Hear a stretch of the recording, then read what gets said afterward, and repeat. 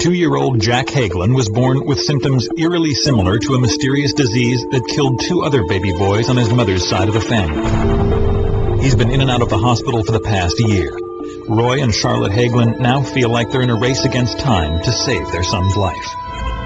I searched high and low on the internet. I would stay up till 1, 2, 3 o'clock in the morning reading more medical articles than I ever thought I would read in my life. We were sending him to the top specialists, not only in New Jersey, but all over the United States.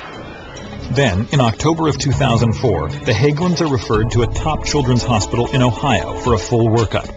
There they meet with Jack's new gastroenterologist, who sets up a series of tests with a team of specialists. The following morning, a dental resident came in to the hospital room,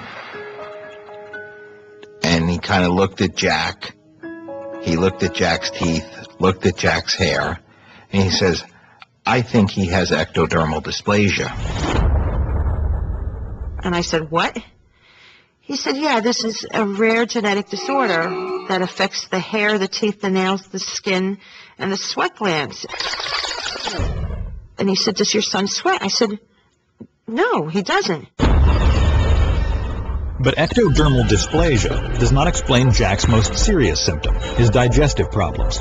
And after 4 days of testing, the gastroenterologist has no explanation either. He said, "I just want you to see another doctor before you leave." And we stayed to see this allergist immunologist. The immunologist reads Jack's charts and performs a thorough exam. Then she tells them something they're completely unprepared for. She thought that Jack might have this rare primary immune deficiency that went along with ectodermal dysplasia. And she said, "Well, I want to run some testing." She ordered some more blood work, and she said it would take several weeks before we would get those results. Unsure what to think, the Hagelins take 2-year-old Jack back home and wait for the call from Cincinnati. But before the results are back, Jack suddenly spikes a fever and refuses to eat. Charlotte and Roy rush him to their local ER, where the doctor orders a chest X-ray. He said, "It looks like he could have pneumonia." When they tell the ER doctor Jack's history, he immediately tracks down the immunologist in Cincinnati.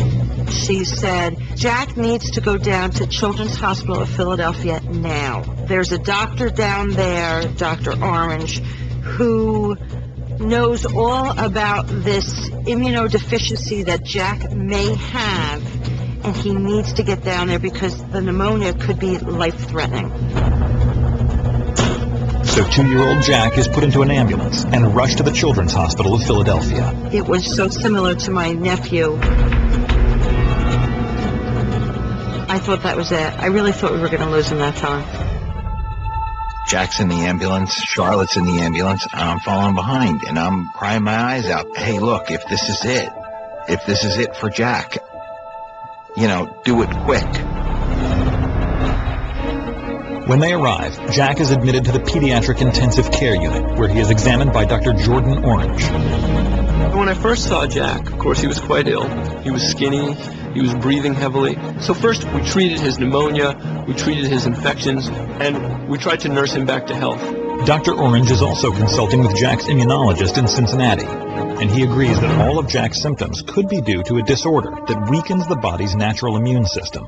He really felt that Jack had this rare genetic disorder called Nemo. I was like, "Nemo?" I said, "That's a fish." Nemo is not a fish, but it's a gene. And it's a gene that makes a very important protein in a cell called the NF-kappa B essential modulator. What that does, it's a master switch inside of cells. You need to be able to turn this switch on when you need these cells to do something, like fight an infection. And you need to be able to turn these cells off when you don't want them to do something, like attack your own body. The Nemo gene is found in almost all human cells. In someone with Nemo deficiency disorder, the gene is defective, causing a communication breakdown between the cell nucleus and membrane. Without clear instructions from the nucleus, cells cannot function properly. This leads to massive organ and system malfunction. The disease only strikes boys, passing from mothers to sons on the X chromosome. Left untreated, Nemo deficiency is deadly. Ultimately, the only way to confirm the diagnosis that I suspected was to do a genetic test of Jack's DNA. 3 weeks later, the test confirms what Dr. Orange already suspects. Jack has Nemo deficiency disorder. So the mutation in Jack's Nemo gene results in a great number of problems. One is that their immune systems don't work.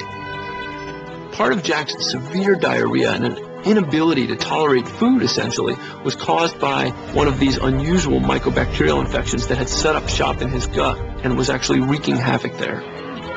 Another problem is ectodermal dysplasia. Children who have this don't sweat appropriately. They can get really high fevers, and they can even die from these fevers. In other words, Jack's bout with pneumonia could have been his last. But if we had not made the diagnosis, it was very likely that Jack was going to die, and that Jack was going to die relatively soon. Jack is started immediately on intravenous immunoglobulin therapy, also known as IVIG. These are antibodies derived from donor blood, and they give Jack the ability to fight infection. There is an immediate change after Jack started his IVIGs.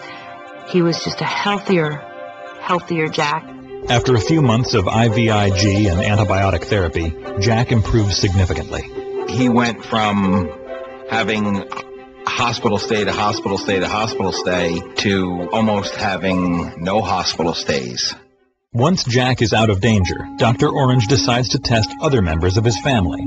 He discovers that Charlotte is a carrier of the mutated gene, as are her mother and sister. And after all these years, he finally solves the mystery of what killed Charlotte's twin brother and her nephew. It was Nemo deficiency disorder. It made me feel very guilty that it came from my side of the family, but it was a breath of fresh air, knowing that we finally have an answer. Roy and Charlotte are astonished to find out how close they came to not getting an answer at all. Nemo deficiency was impossible to diagnose because it was unknown, and it was only in late 2000 that it actually entered the medical literature. Today, 1 year after his diagnosis, Jack is a rambunctious 3-year-old. But he isn't completely cured. Nemo is a very serious condition. Jack's IVIG therapy does plug some of the holes that Nemo deficiency creates in his immune system, but it doesn't plug all of the holes. Any infection that Jack gets could be his last. The next step is stem cell transplant therapy, where cells from donated bone marrow are transplanted directly into Jack's body. If it succeeds, it will give him a healthy new immune system. The procedure is scheduled to take place shortly before his 4th birthday. He's a strong-willed kid like I've never seen before in my life. And that's the best part about Jack, because of his fight and his drive. I think that's what's going to put him over with the stem cell, too. We'd like to try and give Jack life, and a stem cell transplant could give Jack the life that the other boys didn't have. Doctors eventually traced Jack Hagelin's condition all the way back to his DNA.